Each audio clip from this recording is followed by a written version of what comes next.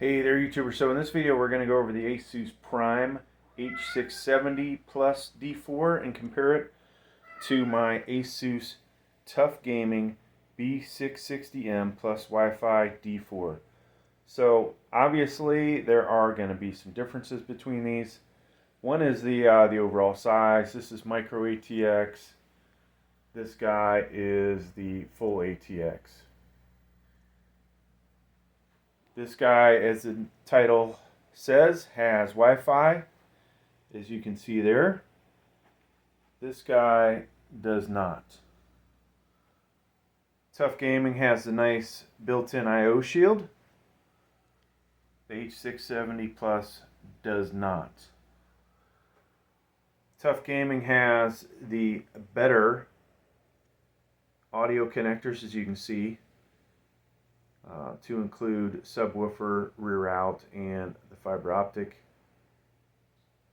Over here, all you get is line out, headphone, and microphone. 2.5 gigabyte LAN, same over here. Better selection, folks, of USBs on this one than what you get over here. Of course, I do have all kinds of stuff hooked into them. Both of these do have Type-C. Charlie right there, okay, and this guy, you can see there's already a cable in there that has that RCA label on it. Now let's talk PCIe's. The H670 has two PCIe 4.0 by 16s. That would be the armor plated and the one all the way to the right. In the middle is a PCIe 3.0.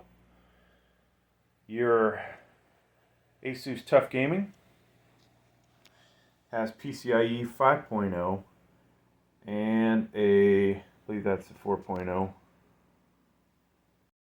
Okay, PCIe 5.0, PCIe 3.0. RAM, the other thing people care about. This motherboard will support currently up to 5333 overclocked RAM, where your H670 is only 5066. Now, does that mean with BIOS updates that may change? You never know, right? Now, the heat sinks, I believe, and the VRMs are not as good on the H670 as what you have over here on the Asus Tough Gaming.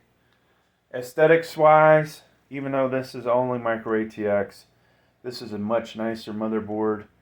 Even has a little bit of RGB lighting on it, where this guy doesn't have anything. An additional 1-inch PCIe, you only get one over here, right? H670 has two, or excuse me, yeah, two of them, and one of the best ones is the one that sits right above the graphics card, which is nice for, let's say you want to add additional USB 3.0s like I do with mine. Now, as far as M.2s go, this one has one under the heatsink, another here. They should both be PCIe 4.0. Don't quote me on that though. A little hard actually to see what the information is. Obviously, if I stuck a 4.0 and a 3.0 and it didn't work, or we don't get the 4.0 speeds, I would know better. Over on this guy, there are 3 locations, plus one of them's under the heatsink. The other 2 would be right there. You see one of the drives, and then that empty one. This has a spot for an M.2 Wi-Fi, but there's no way, nothing over here to lock in an antenna for it.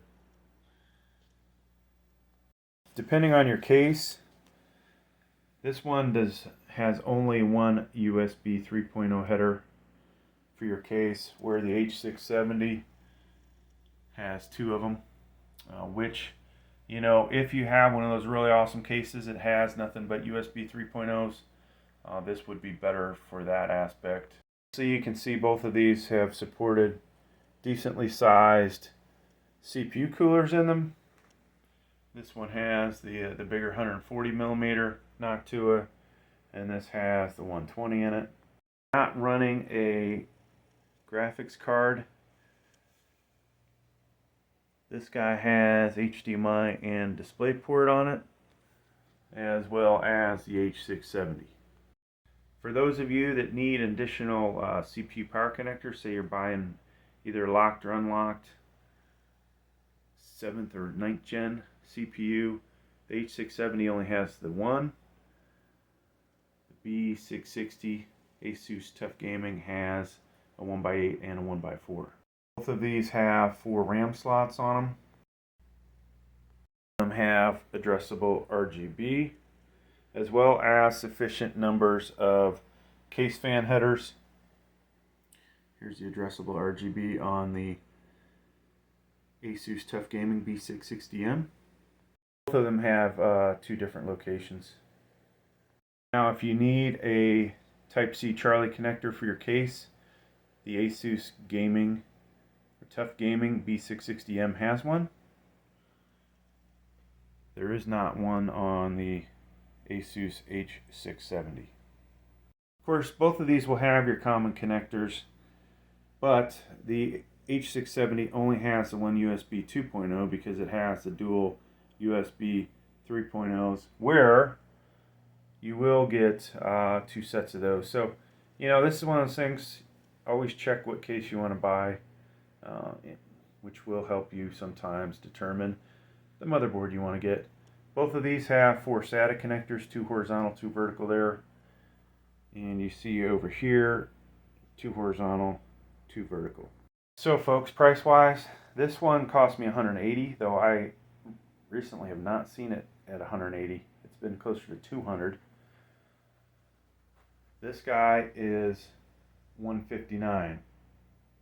Now, as far as the BIOS goes, very similar BIOS. Neither one of these has the ability to adjust the block frequency, which would allow you to overclock your locked processor. So that's kind of a negative for the amount of money these are. So tough call on which one of these I favor, because honestly they both have certain features that most of you may need in some situations, and some of you may need another set. I'm kind of a full ATX kind of guy, so I'm not big into the micro ATX motherboards. For those of you also that might be into CPU mining, this would be, or GPU mining, this would be a little better for you. You might be able to get 3 graphics cards on here, or at least have better separation between the 2, if that matters to you. I definitely like built-in Wi-Fi. However, the fact that this guy has that spot right above the where your main graphics card is going to go, that is pretty awesome location for a Wi-Fi card. However, when you tack on the price of that Wi-Fi card, that gets you into the same region as here. This is definitely a nicer looking motherboard, better quality all around. Sorted for the future. Even though this does not have DDR5 RAM, this does have PCIe 5.0. One day maybe that'll be an advantage. Most likely right off the bat it won't be that big a difference. If you're into doing benchmark videos and you end up buying an i7, i9, this would be the better choice between the 2. If you're also looking at the Tough Gaming H670, which is probably going to be, I think, in the 220 to 230 range. That one, I also believe is full ATX, so that might be a better choice for you, though it's pricey, and at that price point, you might as well buy a Z690. But if you had your heart set on this, there are a lot of nice features that neither of my Z690s have, to include the built-in I/O shield, Wi-Fi, and a few other things. But hey, I think for the most part, folks, if I was to choose between 2 of these, I would pick this one. All right. So thanks for checking out the video. Please like, please subscribe.